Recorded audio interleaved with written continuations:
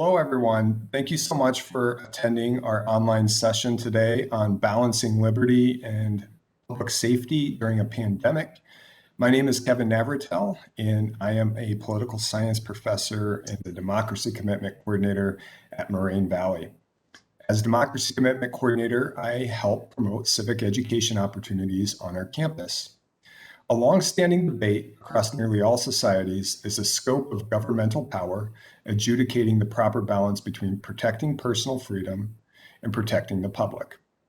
In light of a recent executive order from Illinois Governor Pritzker that requires indoor mask mandates and required vaccines or weekly COVID tests for medical workers, educators, and college students, we thought it was an ideal time to grapple with these two major principles of the U.S. political system: freedom and protecting the public. Maintaining civil liberties and protecting the public can be a zero-sum game and difficult to balance. I'm very pleased to be joined by my colleagues, Historians Merri Fefles-Dunkle, Josh Fulton, Jim McIntyre, and political science professor Deron Schreck. I really appreciate that they volunteered their time this early in the semester. We just started discussing having this event within the last 2 weeks. So I really appreciate all of you agreeing to participate in this with such short notice. So to start us off, we thought it would be good to have Dr. Schreck start us off on American political ideologies and how that might fit in with understanding the proper balance between liberty and safety. Well, thank you for having me, Kevin. And it's good to see Mary, Jim, and Josh as well. And thank you all for attending. The way I wanted to start was to give a perspective of what the country was like after 9/11 in 2001. When 9/11 hit, and for many of the people who might be watching this, you might not have been born at the time. But when 9/11 hit and the days that ensued that came after 9/11, there was a sense of this togetherness and rallying around the cause, or rallying around the country, even rallying around our government. And I found that there was a big difference between 2001 and what we see today. In 2001, there wasn't a Facebook, there wasn't a social media presence. So you basically had blogs and websites of where people had opinions about government or their political leaders. And it wasn't a 24/7, minute by minute type of discussion that we see today. But after 9/11, soon after, I should say, George W. Bush's approval ratings, according to Gallup, was at 86%. The week after, so this was about September 15th, a week after that, his approval rating jumped, according to Gallup, to 90%. That was the highest approval rating of any president since Harry Truman after World War II, where his approval rating was 87% in 1945. By 2008, however, George W. Bush's approval rating dropped all the way down to somewhere between 25 and 30%. Halfway through his presidency, his approval rating was about 50%. So there was this gradual decline of approval throughout the years, to the point where it essentially bottomed out, and it made it very easy for the Democrats to win the White House in 2008. Joe Biden's highest point of approval has been 57%, and that was towards the beginning of his first term.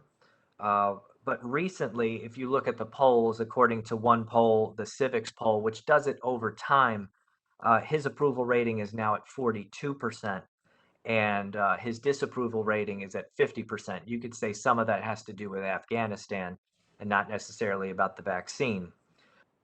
In terms of approval on the coronavirus and how it's been handled, Real Clear Politics has an average of 52% where the public approves of how things have been handled. However, what we see today in terms of our opposition or in terms of the opposing sides is that both sides are very, very entrenched in what they believe. In 2001, there was this coming together, and people had to ask themselves questions about terrorism, since we never really saw terrorism in this country. There was discussion about the Muslim faith and what Islam was all about, and trying to understand the impact of religion on society. And Democrats and Republicans had discussions about it. Both liberals and conservatives had discussions about what was going on in this country.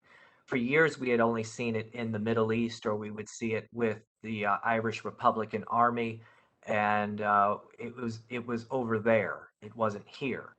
But today we have something, public health, that the entire citizenry can rally behind. You can talk about, let's say, the polio vaccine in the 40s and 50s, and hearing people say, well, I didn't really have, we just got in line, we got a sugar cube, and we were told this is the way it was going to be, and we just got it. I hear anecdotally from people who are of that age that if we had the same type of arguments today back then, we'd probably still have polio in terms of the way people don't want to be vaccinated. So, what has happened now is that this issue of vaccinations has become a, a delineation, a line in the sand type of discussion between Democrats and Republicans, where you would see on one side that the Democrats, for the most part, are pro vaccination.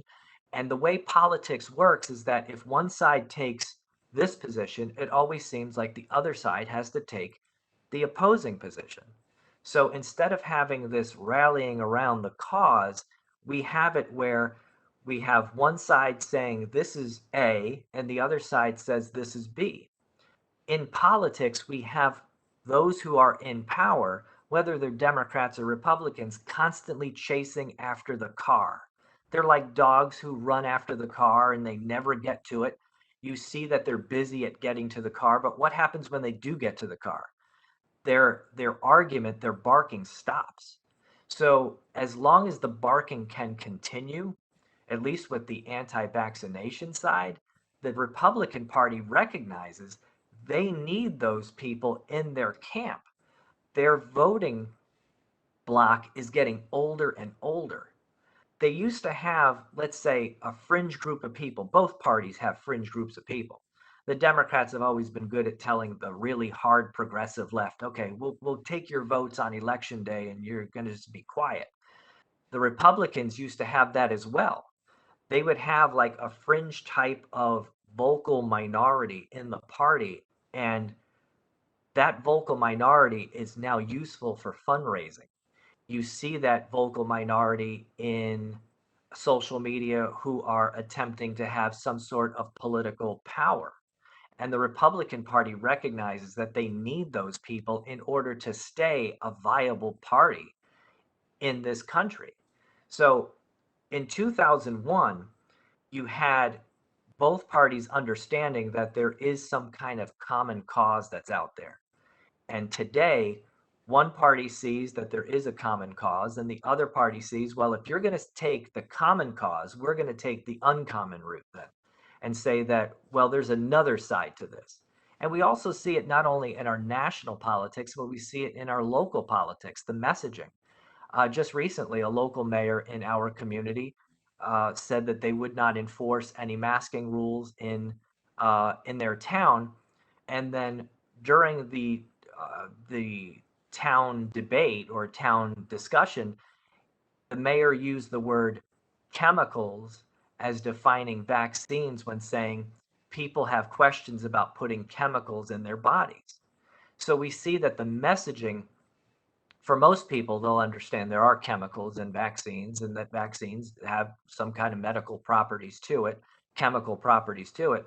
But using the word chemicals kind of divides people as well by saying that, well, this could be for that element of voters that are out there who have questions about vaccines. that chemicals could be bad for the person's body. And you have one political party that's championing that. So you have these two sides that are out there about something that could be simply dealt with if everybody just came together. Thank you very much, Darren. And I know that you're not able to attend the whole session due to a previous conflict. So um, feel free to drop out as you need to. And Okay. Well, thank you for having me. I really do appreciate it. thank you so much. And you know, just to kind of transition from Darren to the historians. Could you think of previous examples of either mask mandates or vaccine requirements or other significant measures by the government to help protect public safety? I mean, there's a long sort of history of community division over the issue of public health.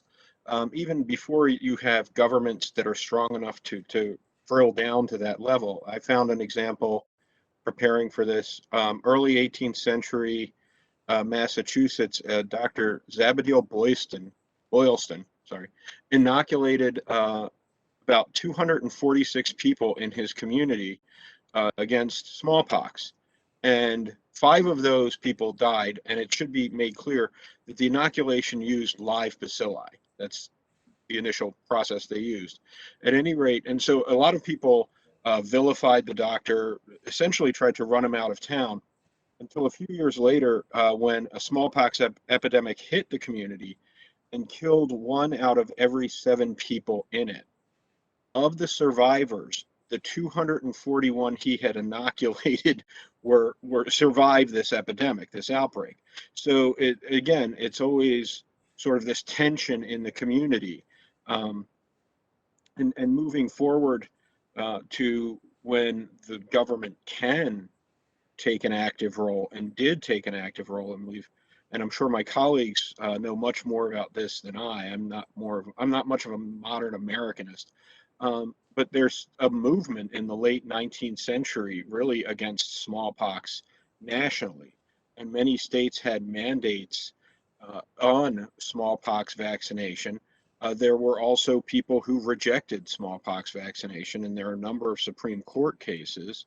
One of the ones that we were discussing a little bit just before we started was Jacobson versus Massachusetts, which I can handle, or if one of my colleagues would like to jump in. No? Okay. Um, so essentially, Mr. Jacobson was a Swedish immigrant who had actually been vaccinated in Sweden, but the process had gone awry, and he really suffered as a result of this. And again, it brings up this other question or this other sort of related issue. Nothing is perfect, right? Like no vaccination, no drug, no surgical procedure. That's, which leads to a lot of litigation and in turn a lot of legislation as time goes on. And that's maybe a side topic that we can circle back to. At any rate, he rejected his son's vaccination in Massachusetts, where the state was mandating you must be vaccinated against smallpox to attend public schools. The case went to the Supreme Court. In a 7-2 ruling, uh, Justice John Marshall Harlan wrote, as part of the majority opinion, in every well-ordered society charged with the duty of conserving the safety of its members, the rights of individual, the rights of individuals in respect to his liberty may, at times, under the pressure of great dangers, be subjected to restraint to be enforced by reasonable regulations as the safety of the public demands, which I think goes back on our colleague Professor Schreck's commentary about these tensions within the body politic. Um, Harlan went on to state that real liberty for all could not exist under the operation of a principle which recognizes the right of each individual person to use his own liberty, whether in respect of his person or his property, regardless of the injury that may be done to others. And so I think we see a lot of that in the argument that refusal to mask, refusal to get the vaccination. Well, it's my personal choice, which is a narrow view, as opposed to like what a choice, what effect will that choice have on the larger community that you interact with? Thank you, Jim. Josh? Josh, do you want to go first? Or do you want me to go first? Go ahead, Mary. That's okay. Sure. Okay. Thank you. And thanks, Kevin, for bringing us all back together again. I think we all enjoy one another's company. And as we say, we put the band back together yet again. I think if the question is to kind of bounce off of Professor McIntyre and Professor Schreck, whether or not whether it's local, state, or federal has the authority to mandate such things as vaccines or particular behavior, to elicit particular behavior from people in times of crisis, I'd argue that the answer is overwhelmingly yes. We've seen it happen multiple times, whether it's at the local authority, whether it's kids being required to have vaccinations to attend school, which I think we're all used to, right? Federal authority, you go join the military, you're just inoculated, bam, bam, bam, one vaccine after the other. And looking at it through different times in history, even mandates during times of crises like World War I, World War II, the Civil War, where an extra burden was placed on us as Americans, but it was enforced by federal authorities. I came across a couple of examples at the local level and at the state and the federal level. So looking at the local level, one of the examples I thought was kind of interesting was how the Black Hawk War in Illinois required troops kind of passing through the city of Chicago to get to where the fighting was in more northwestern Illinois and lower level Wisconsin. And as the men kind of passed through Chicago, they brought cholera with them. Now the city yet had not been officially incorporated, so we're still kind of operating under like the old Fort Dearborn, right? But there was still men in the city of Chicago were required to help with the cleanup of alleyways and streets, and there was a fine if you did not comply. So non-compliance was fined. I think it was like 75 cents or $1 or something like that if you would not comply with it. So there's a history even before Chicago was yet incorporated of the idea that they needed to that people needed to comply at a time of epidemics. Same thing that after the fire burned down the city of Chicago in 1871, and you had this sort of mass amount of, and I think we don't talk about it as much, the amount of fire refugees that occurred, people who were lacking housing and who needed help. The Chicago Relief and Aid Society was providing relief to those people, and the city of Chicago required that people get a smallpox inoculation before they be given aid. So that was required. So whether you're looking at stuff like that about actual inoculations, or if you're looking at times in World War I and World War II, when people were required to ration what they ate, ration what they used.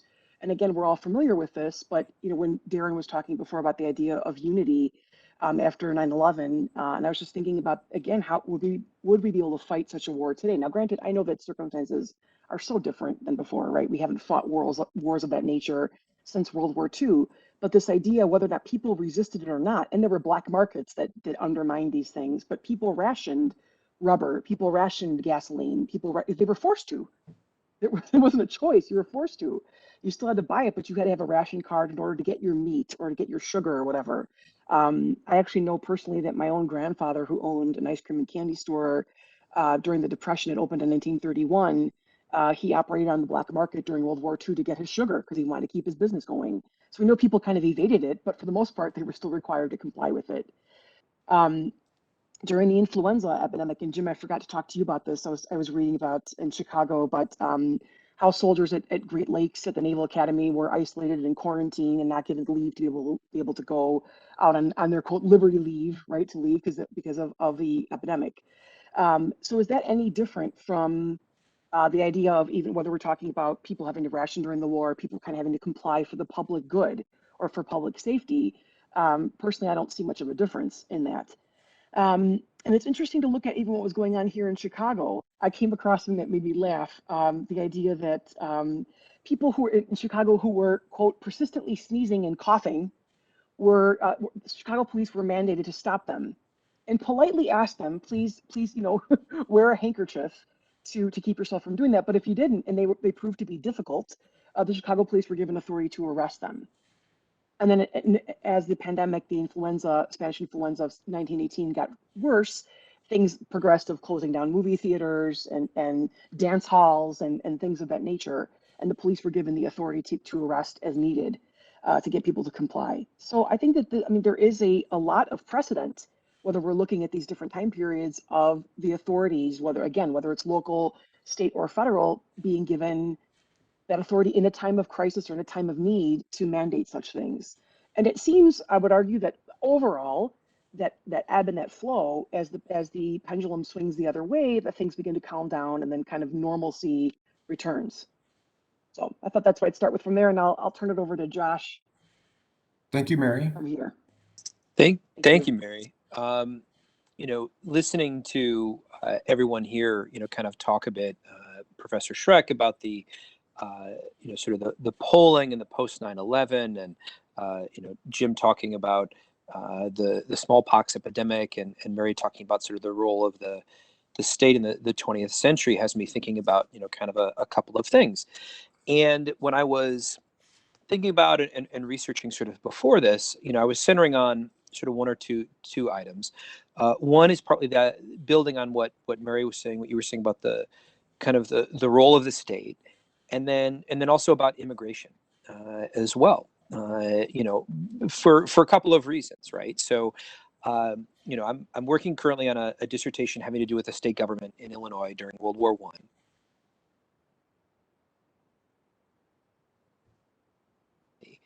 I.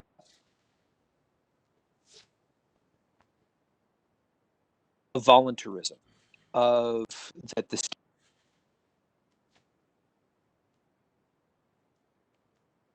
and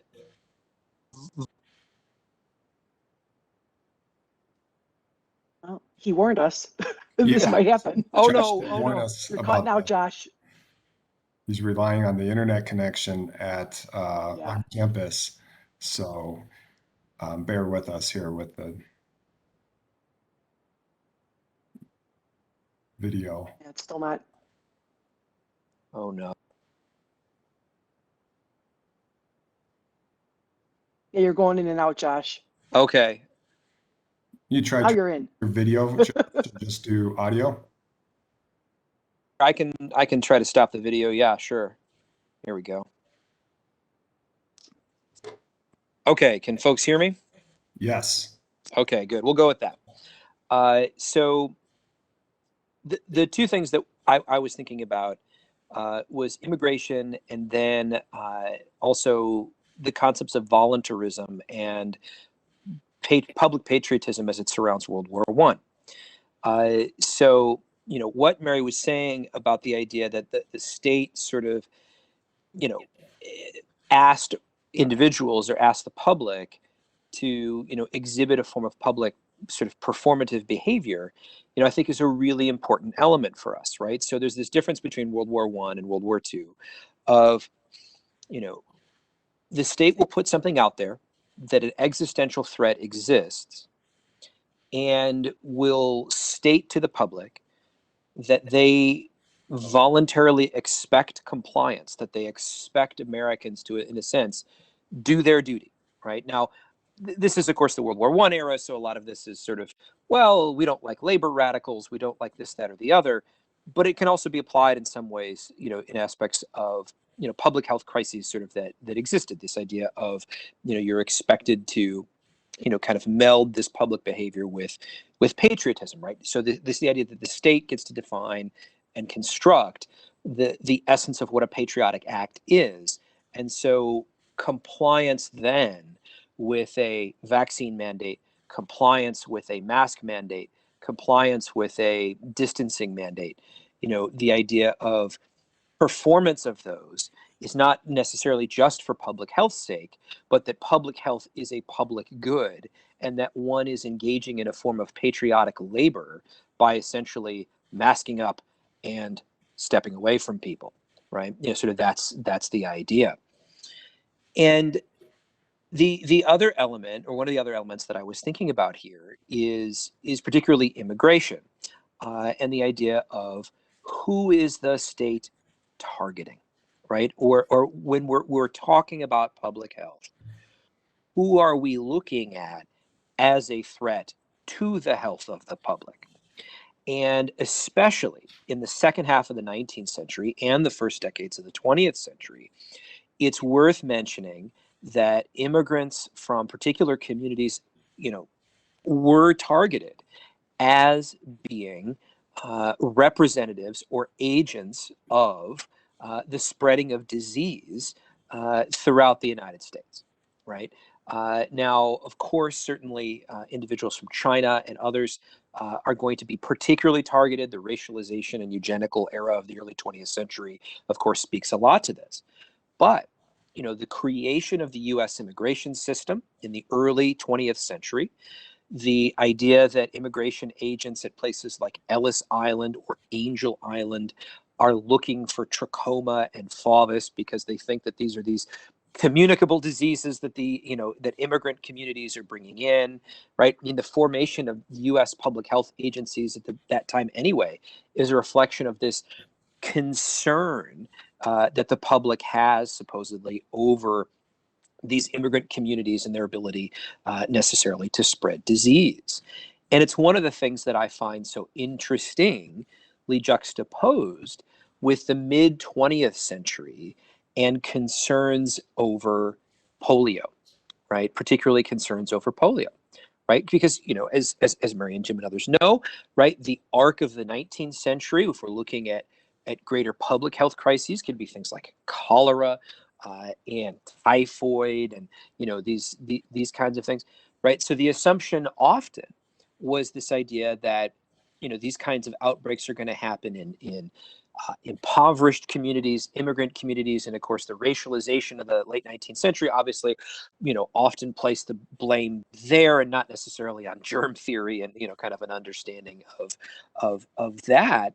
And polio then, there's an initial outbreak in 1916, I believe it was, in New York, right? And this was one of the things that had baffled folks, the idea of, oh my, it's affecting upper class people, that who are of certain races. That's not allowed to happen. Why is that happening, right? That's not supposed to happen. And then, you do end up seeing this broader public campaign, partly through the March of Dimes, strongly supported by President Roosevelt, and then eventually the vaccine embrace in the mid 1950s, partly due to the idea that you have celebrity buy-in. I mean, it is worth noting when Elvis gets his vaccine on television, right? That was huge, right? That was incredibly significant. So those are some of the things that I was thinking about. Thanks, Josh. And I wanted to remind we have attendees in the audience virtually, and we have a chat function where you can type in questions or comments via the chat. So please feel free to do that, and we'll take your comments and questions as we can. One of the questions, I really learned a lot from each of your brief presentations, and there's a lot that I'd like to follow up on. Just one that came to mind, some of the governors recently of Texas, Florida, South Dakota, and others have actually banned mask mandates in schools and banned vaccine mandates. Is that new, or is that something that's replaying from previous historical periods that you've covered? Kevin, I'm sorry not to address that question. There is a question on the chat though. Did you see it? Just to make sure. Yeah, there's a question on there. I just wanted to throw that out there before we. There's a Q&A, and then there's a chat. So I missed the one in the chat. Or maybe it's in the Q&A. I'm sorry. It's about, do you see it? Okay. No, I don't. It's somebody wrote, I remember there's a controversy about only essential workers going out in public to and from work. He wrote papers from my employer to prove employment if I were to be caught traveling. obviously this is unconstitutional, but could it get to that point? So I guess the person is asking whether or not it's saying it's unconstitutional to have papers proving employment to be out and about, but could it get to that point? The To closest my knowledge, parallel- Go ahead. the closest parallel I can think of would be like the ration cards during World War II for gasoline consumption, and that was deemed as perfectly constitutional. I mean, go ahead, Josh. Yeah, no, the two examples that I would think of immediately are we're required to have our driver's licenses when we go out driving. There's that, and then in terms of historical examples, the one thing that I can think of was at least during World War I, the federal government supported local authorities conducting what they called slacker raids, where the idea was men were required to register for the draft and were required to keep their draft cards on them at all times as sort of a demonstration of their patriotism. But to the broader point about is there a constitutional basis for of a reasonable accommodation for folks being asked to carry things around? I mean, I think generally the answer is yes. Another question too, Kevin. Did you see the other question? I did. Sorry, I mean, Need help I with this apologize. because the Q&A, I still don't see the first question. So just heads up to the attendees. If you could use the chat function, I think it's a little bit easier for me to use on WebEx. But hopefully, if not, one of the other panelists can hopefully catch the question. But the question that I just noticed was, why is there such a difference between the states? One takes mandates very seriously and others is banning mandates. Are we going to get one mandate or law for all states? It's a great question.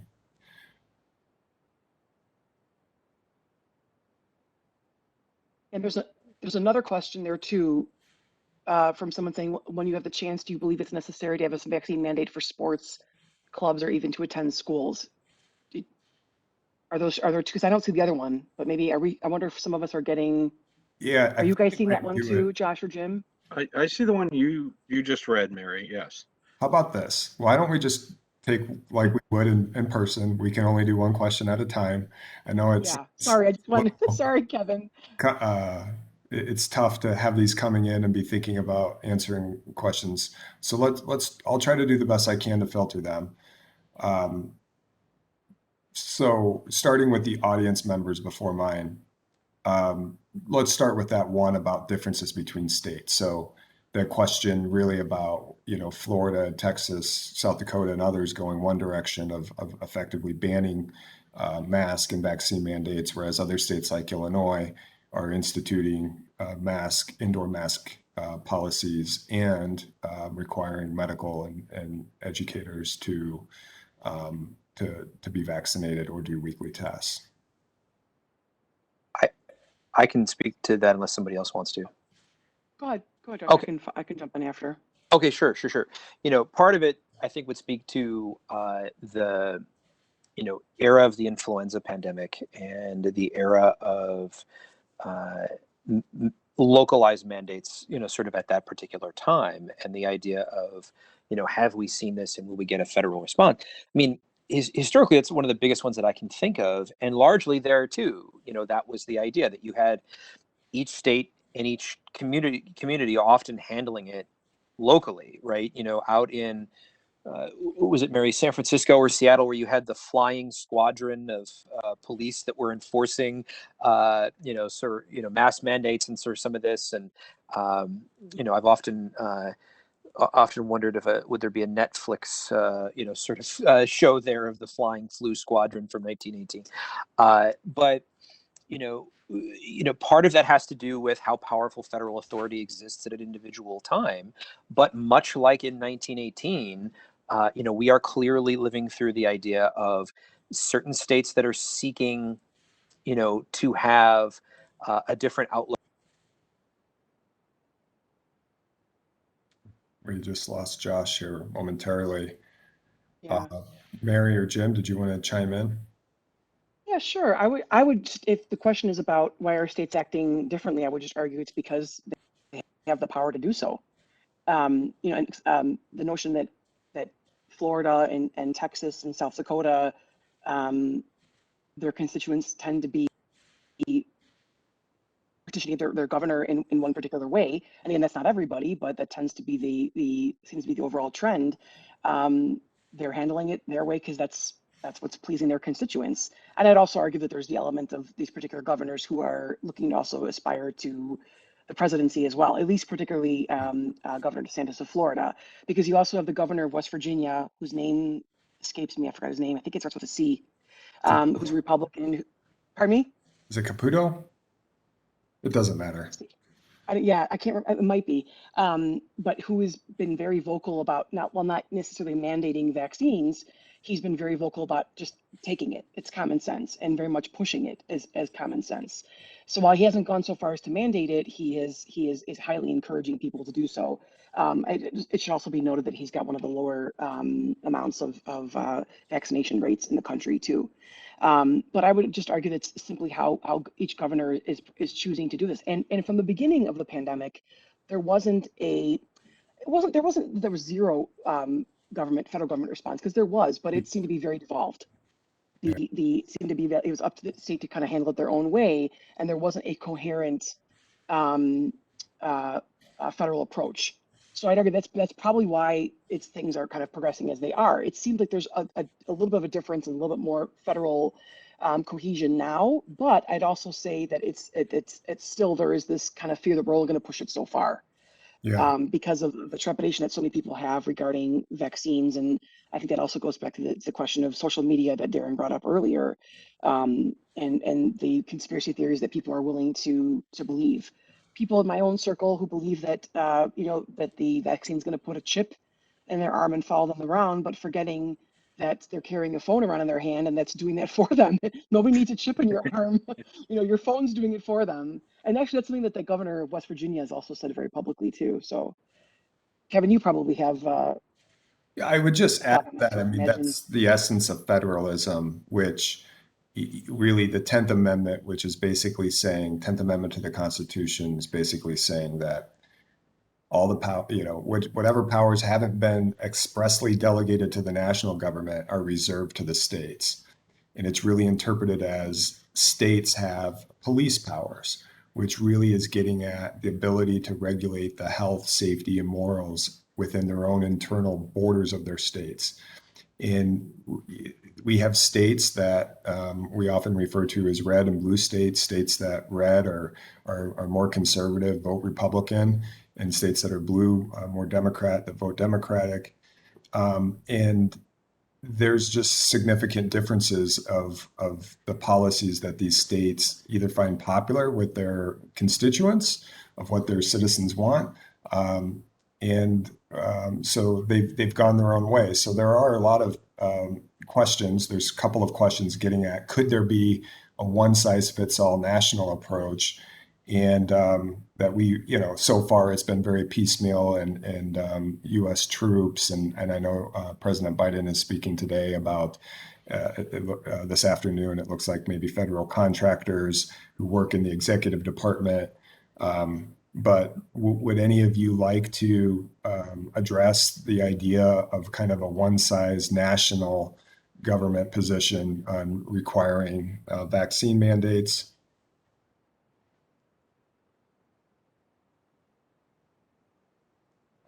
And I mean, I guess I still want to connect a few dots here when I ask that. I mean, we don't want to compare apples to oranges, but after 9/11, we have some students who weren't born yet when this happened, and in 2001, but most people realized 3,000 people died. It was a very horrific and scary event, and I can speak personally. You really just didn't know when it was going to end. It seemed like there was multiple buildings that were attacked, and there was definitely an air of uncertainty. But that moment, and I wanted to just cite from Pew Research in 2001, there was a survey that 55% of Americans were willing to trade in civil liberties for more security. But vaccine mandates are even more popular. About 2/3 of Americans are supportive of a nationwide vaccine mandate.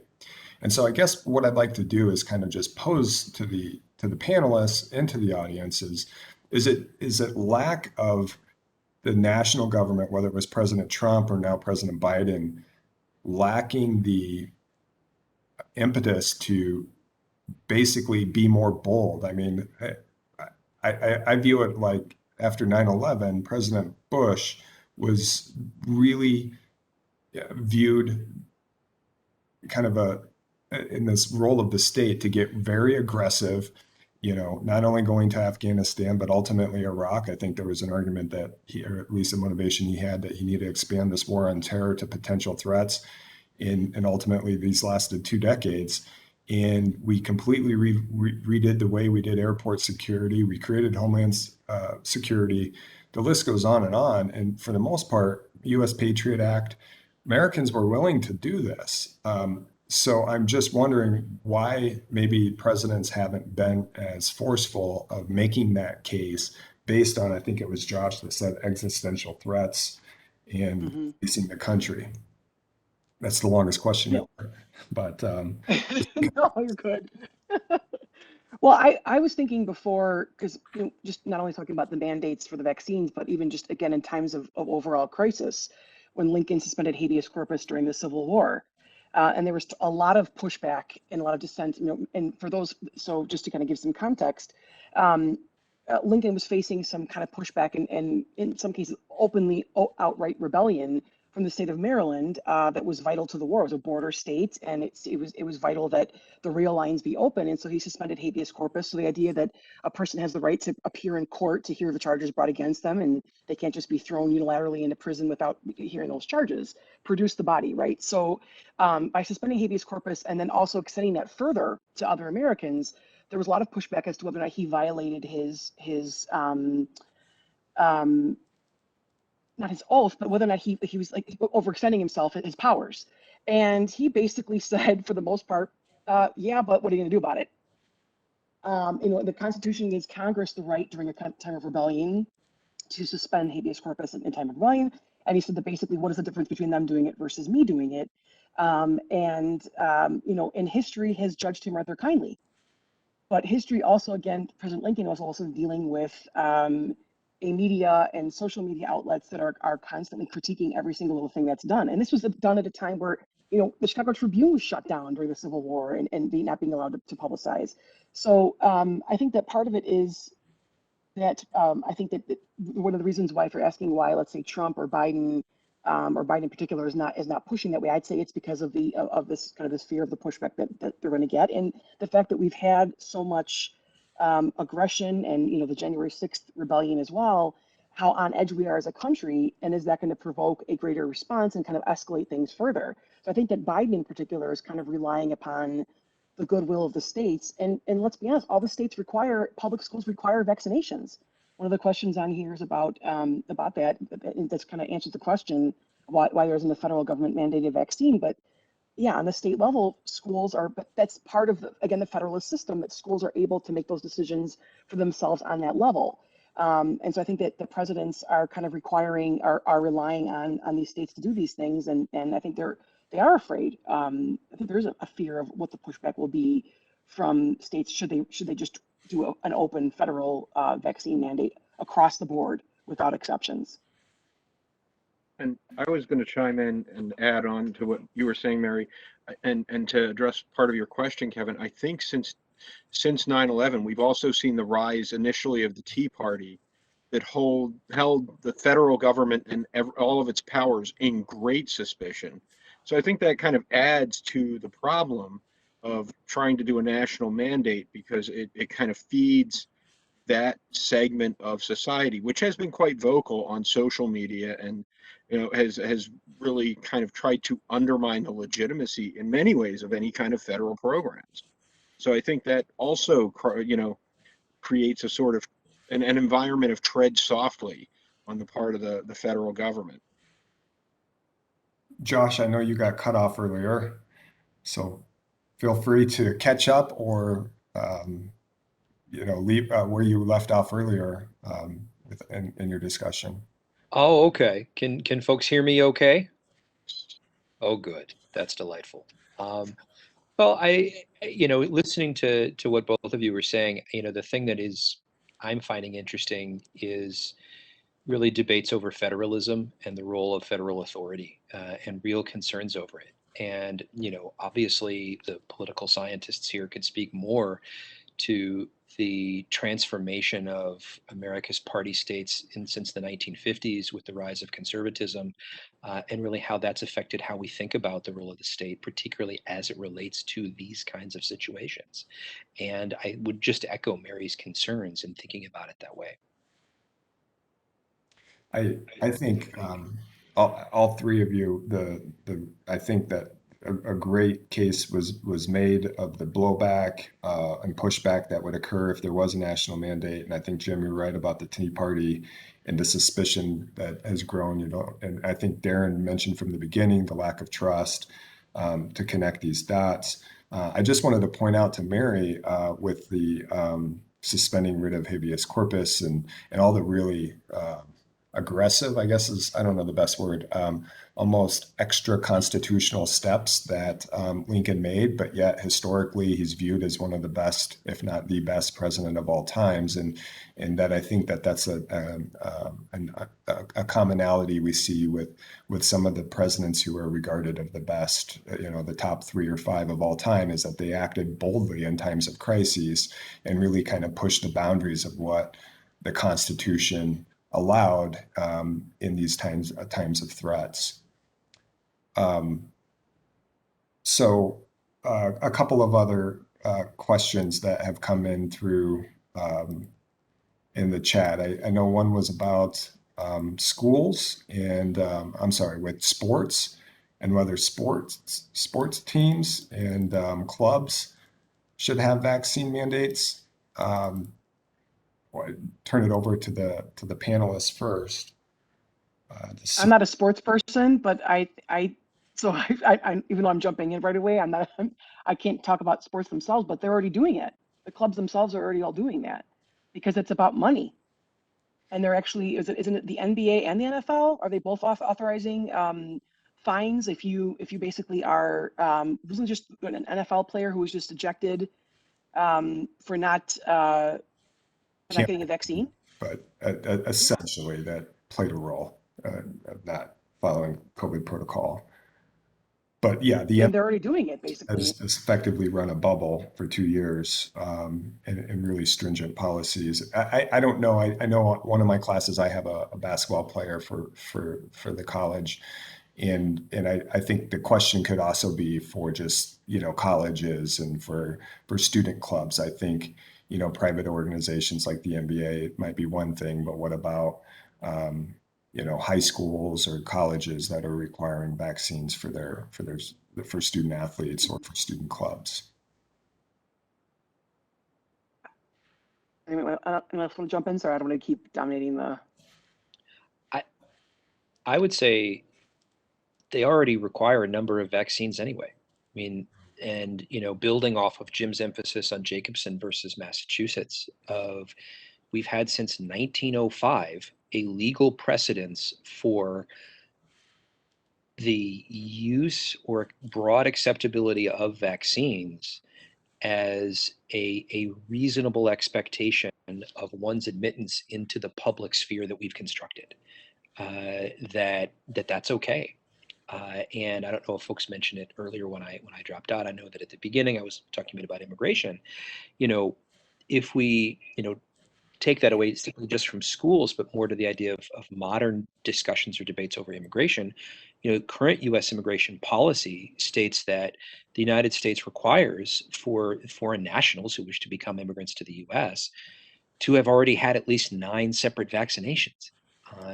So, I think that there is a broad acceptance of mandate, for this either way. It's just this particular vaccine itself has become incredibly politicized. Yeah, I wanted to follow up. Sorry, I'm reading the chat and I'm trying to think through previous questions simultaneously. But one of the points that you raised earlier, Josh, about the volunteerism, and I may have been married too, with rubber and tin drives and the public good. I've read online some people who, former military people who have advocated that this taking the vaccine is not being a good citizen doesn't mean you should have to take the vaccine. And I just wonder if it seems to me that it could be a huge kind of difference generationally from this threat, from previous threats where, you know, it seemed like there was so much more willingness amongst the public to make strong sacrifices for the greater good. And I know that this pandemic is now, 18 months or longer, and it's been difficult for many people, but I'm just wondering if I'm questioning whether we don't have that same resolve or lack of unity, lack of national purpose that perhaps we once did, or is that looking back too nostalgically? I think, yeah, what I find interesting in kind of how you're phrasing this is when you said that, a veteran, I think it was, the question, that is it, do you have to, have a vaccine, to be a good citizen? Well, who gets to decide that, right? That's really what the question is here, right? Is it the state that gets to decide what it means to be a good citizen? Is it this guy who gets to, or woman, or whoever, who gets to decide what it means to be a good citizen, right? Often when private actors are making protestations about what it means to be a good citizen, it's not about citizenry, it's about power. Or anxiety, or any number of things. And for some individuals who are very concerned about this, much of it has to do with power, much of it has to do with anxiety. I think that the discourse over sort of voluntarism and the idea of, because I think part of what you were saying, Kevin, makes me think about that age-old question of, if World War II happened again, could we still do it? And yeah, but Oh no, we lost Josh again. So, Right at the good part too. yeah, I really wanted to hear his answer on that. Yeah. But to fill in until Josh, please hopefully feel free Josh to can chime in rejoin if you- us. I think there's also like it's almost like a contrarian sentiment, right? Like we've talked about the Jacobson case, and I did it some length earlier. But 3 years later, you get the founding of the American Anti-Vaccination Society or Anti-Vaccination League, and it was these two, Charles Higgins and John Pitcairn. And Higgins actually wrote a pamphlet, which I think it so echoed with a lot of the sentiments that we've been talking about today. It was opposing vaccination of school kids in New York City, and it was called "The Crime Against the School Child." Um, and his thesis, such as it was, no valid law can be based on a falsehood. And then he went on to say that now all compulsory vaccination law is based on a triple falsehood, a trifecta, I guess we call it. That compulsory vaccination of a part or a whole of the population is necessary to prevent smallpox epidemics. He calls this a falsehood. I call it fact, personally. What do years of historical evidence matter, right? That nothing else prevents smallpox epidemics but general vaccination. That's another falsehood that he claims. And that vaccination is perfectly safe and harmless and never causes injury or death. And I think those are, now, granted, the AMA actually went after him on numerous occasions saying, well, we never said that. But I think the same rhetoric is prevalent a lot today in these challenges to vaccination and mask mandates and so forth. That it's all fake. It's not real. Josh, you're back. So Josh, are you ready to tell us whether we would have won World War II? yeah, The suspense is. I like to have cliffhangers. You know, yeah. I mean, I think the point of, could we do that again? Yeah, it's just the idea of we need a broad campaign against disinformation. Particularly as it relates to this vaccine, and as it relates to what we're dealing with now. Largely, once there is a sort of broad critical mass of acceptance of something as being for the public good, largely the public views it as a good and volunteers for it and does sort of go for it, right? You have a very large number of it. When it comes to World War II, much of it is voluntary. In World War I, a lot of it is forced. There's a difference, and it really depends on sort of historical circumstances. But I think in this case, the idea is that we need to continue a broad, sort of campaign against, quote unquote, fake news and disinformation and all those kinds of things. And that has historically helped with these kinds of issues, especially, say, for example, in the case of the 1950s and a broad campaign to convince the public for, polio vaccine or and others. So I'll make it quick because who knows how long I'll be here.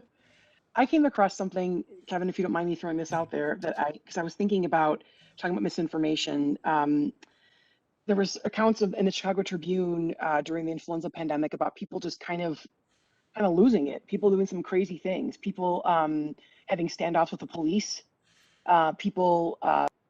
There's a particularly heinous story of a man who slit the throats of his wife and children. And it was later deemed that he was not guilty by reason of insanity because the influenza had essentially poisoned his mind and almost made him basically lose it and caused him to go nuts. And there were multiple stories of that. And it reminded me of the story, I'm not sure if all of you heard of it recently, about a man who was he's a surfing instructor, I believe, out in California, who ended up as a result of kind of nosediving into deep diving into these conspiracy theories about QAnon, ended up killing his own family. So I don't know if necessarily if misinformation is a new thing, right? I think all of us would agree on that, but it's the proliferation of it and how readily accessible it is to people that I think is what's causing us so much damage. Because I think I'm more of a pessimist than Josh. I don't think that we'd be able to fight a war like World War II today, because I don't know if we'd be able to combat that level of misinformation that's out there. Not that we wouldn't be capable of fighting it. We can. So I don't mean it from that viewpoint. I just mean from the level of combating the. So I agree with Josh on that point, but the idea of the misinformation, I don't know if we'd be able to get beyond that to get enough people in favor of it, because it would require probably a larger boots of the federal government, literally and figuratively, to probably put that down. And I just don't know how that would go over in this age when everyone can record something on a cell phone and getting it out there. I just don't know if the country would find that same level of unity. And it's kind of a moot point, of course, right? Because I mean, so many variables are different. But there's a question there about even the draft, right? And since the voting age was lowered to 18, we haven't had drafts since then. So I don't see that being reinstated anytime soon. So anyway, that's my negative take on it. I'm negative Nelly, sorry. Yeah, the question just the audience can't see all the questions in the chat.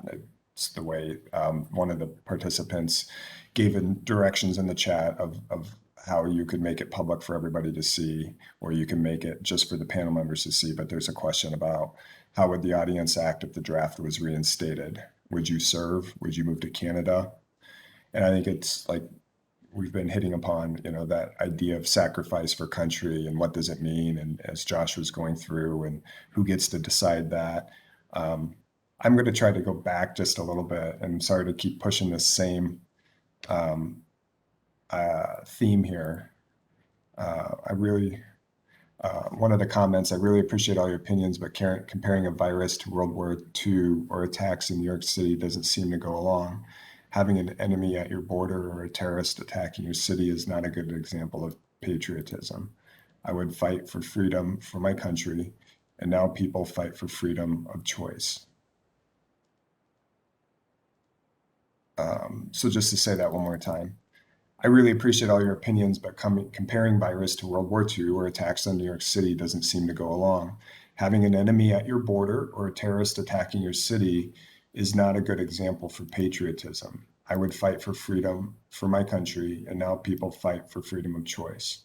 I appreciate the comment. I think as moderator, I shouldn't do this, but I'd like to start just because I think I kind of pushed this thought exercise, and that's really what this is I think it's important for us to consider historical threats that we faced and sacrifices that we've made to try to address those threats. And these are not necessarily the same things, and I appreciate that comment to point that out of the differences. But I'm thinking from my own personal standpoint that, I was very scared on 9/11, being in downtown Chicago, and I remember what it was like in the days to follow as well. But for 20 years, we've been putting our water bottles aside at the airport security, and they take my hair gel if it's over 4.5 ounces. And we've done a lot of sacrifices in the name of fighting terrorism and trying to protect against terrorism. And right now we're losing every 2 days the same number of people that died on 9/11. It's not as dramatic, but as far as a threat to actual human life in the United States, there's really no comparison. There's way more people dying from this pandemic than from international terrorism over the last 20 years. But yet, as a society, we essentially spared no expense. Trillions of dollars in 2 different wars, completely remaking Homeland Security, allowing effectively phone calls to be listened into to try to prevent against terrorism. We really sacrificed a lot of civil liberties. And I'm not saying that was the wrong choice. I'm just saying that in a comparative situation, albeit differently, there seemingly was a much stronger governmental response. And I would suggest, and this is just to the panel members, and feel free for audience members to keep chiming in with the chat, that part of it is based on what the citizens are willing to do themselves. And I guess the sacrifices that we're willing to make, because I agree with the panel members that I think if the federal government pushed too hard, there would be blowback from the citizenry. But I wonder if it was citizens and civil society asking more of our fellow citizens, our friends and our neighbors to do more in this crisis that we're facing, whether that bottom-up approach would be better than the top-down approach from the national government. But have the panel members first, and then I'll go back to the chat. Well, that definitely, your last point definitely seems to be holding true, because they said that even people are more likely to get vaccinated when they hear stories on TV of people who were skeptics themselves and then attained the virus and were very ill and are now kind of believers in it. So there's definitely, I think, some truth to that they're more likely to believe people around them than they are necessarily to believe in government, whatever capacity that may be. But to address what the student wrote, and I understand where they're coming from, but I think that what we're talking about is just the idea of crises in general. So I think there is a healthy comparison to be made there, because whether we're talking about, smallpox breakouts in during the Revolutionary War, or a time of crisis during the Civil War, I mean, there are comparisons to be made in that we were under threat. The threat may be a different threat, but it's a threat nonetheless, and it required a response. So. I think there is still a danger that occurred after 9/11 too, that required us to come together. So I think it is a valid, at least, connection. Yeah, I think that's. I'm starting to see myself training off thought, so I'll turn it over to one of my colleagues.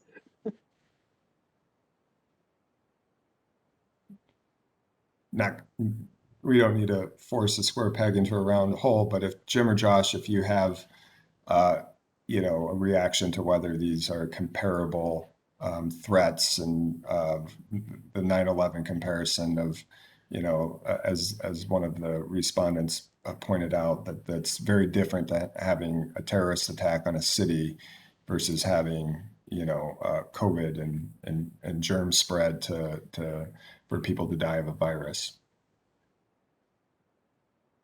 I think that we need to, when we make historical comparisons, recognize that they are not literal and that they are figurative, that history doesn't repeat itself, that it might mirror itself, and it's important to be aware of the gradations of what one can see in a mirror, and that can help us to understand where we are. We struggle today in our 24-hour news cycle and of a zero-sum game where we expect things to be literal. They're not always going to be that way in how we make these comparisons. History, if it's doing well, is helpful for getting us to understand where we are. It's not going to literally tell us what to do, but it can inform us in order to understand what's at stake. Yeah, and I would just add that actually the comment that one of the audience posted, 9/11 was broadcast for everyone to see. COVID is occurring slowly, often in private. And I think the fact that we don't see this dramatic sort of thing, it's sort of a creeping, and honestly, in ways, especially in isolation, it was when you were describing your reactions to 9/11, Kevin, I was thinking that, the parallel was COVID and the lockdown was kind of like an extended 9/11. We were all on edge as to is this going to get better, and when is it going to get worse first? What's coming next? So I think, and as Professor Fulton pointed out, yeah, absolutely, they're never exact parallels. um, it's always a sort of comparison, and I think it fits best if we're not looking at, well, this is war, this is disease, but they both fit under the umbrella of natural or national crisis.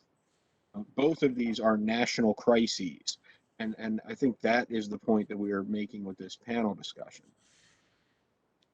One quick difference, there's many, and I appreciate, the framework that each of you laid out, but we wouldn't think of attacking terrorism with 50 separate state policies. I think we might agree upon that. And yet, in fact, we knew that one of the best ways, and I found John Ashcroft quotes about how important it was, he was the Attorney General under Bush, how important it was to have international partners that you really needed to fight terrorism, not just as a country, but as a coalition of countries to have a unified, sharing of information and intelligence on terrorists. And I think that often gets lost in this discussion too, that, we are fighting in the United States kind of 50 separate or even more with city and local government differences, a very patchwork approach to COVID. And we are struggling to get the vaccination rate up to 70%. But yet, even if we do, there's so many other countries or parts of the world that have very low vaccination rates. And so the potential for the virus to mutate and be prolonged is still a strong possibility without this international cooperation. And so anyway, I just thought that was one way of pointing out a big difference is that with federalism, we would never think of approaching fighting terrorism with a 50-state approach, whereas we seem That's a fair point. Sorry, Kevin. I think it's a fair point. The only thing I was just thinking of looking at one of the comments on here and what we were talking about earlier. Somebody said there are videos on the app TikTok of people getting vaccinated and made it seem like they're magnets that stick to their arm. We know about the 9/11 conspiracy videos that came out afterwards. There was kind of these rudimentary videos that were seen by some. They maybe went kind of viral of their day, but this was again pre-Facebook, pre-Instagram, pre all these things. I wonder if this were to happen now, if it would be the same. But again, we're in these different pockets and these different bubbles now, and I'm sorry I'm being such a negative Nelly today, but I just do wonder if we would still be as coherent and coming together the way that we are, or whether we'd be, going down these rabbit holes of conspiracy theories that people are going on down now. And even if there was a terrorist attack, because it would be immediate. There'd be things on YouTube immediately. You know, there'd be things all over Instagram or TikTok or whatever, and so many people that would believe those things. I think we, as in academia, I mean, I think hopefully we're able to discern between these things, but I think so many people are just don't take the time, or maybe don't care to, or whatever the reasoning may be. I just think there's a big difference between even 20 years ago and today, as far as that's concerned.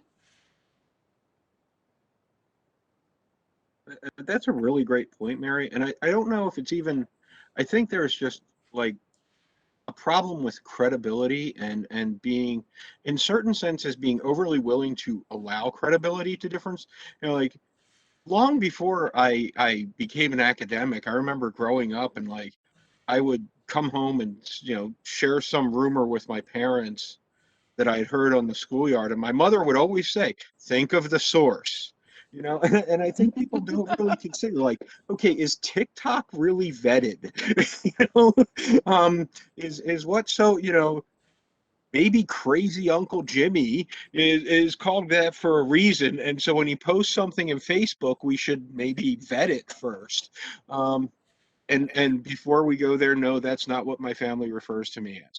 Anyhow, but I think there is like this. I think we're in a growing stage with a lot of these social media, of like getting to a point where it's more vetted and where we do consider the source. And I think that is, in all seriousness, I've thought about this a lot, and I think that as a society, as time progresses, my hope actually is that we do consider the source. Like you might, I don't go to YouTube for hard news. I go to it for entertainment. But I mean that, it's, and that we'll start to look at these things as the realms that they belong in.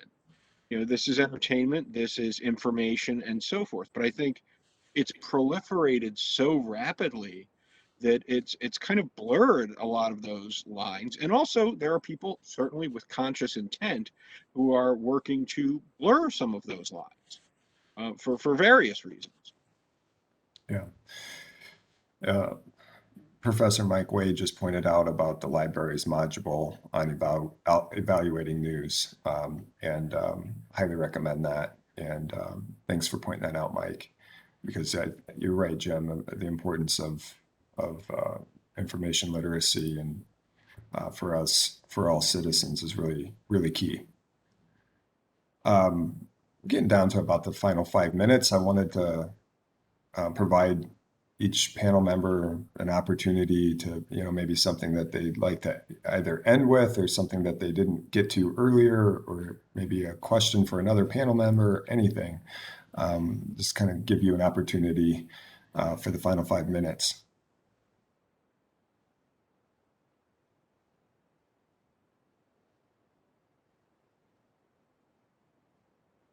I'm so bad at this. At the end, I'm so bad at trying to bring this full circle.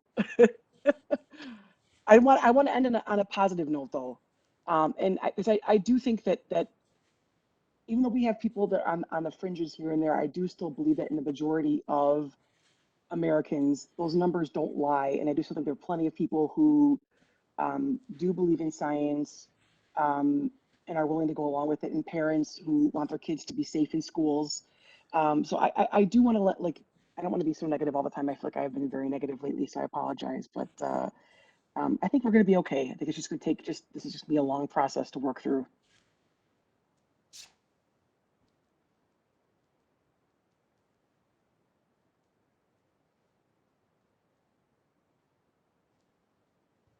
I thought that it kept coming to mind as I looked at these different episodes in our past was that it seems that the consensus has been, and hopefully we'll come back to, that the good of the many outweighs the good of the few or the one. That voluntarily we should be willing to give up some of our personal freedom, pleasure, not under compulsion, but for the benefit of our whole community, to keep a community.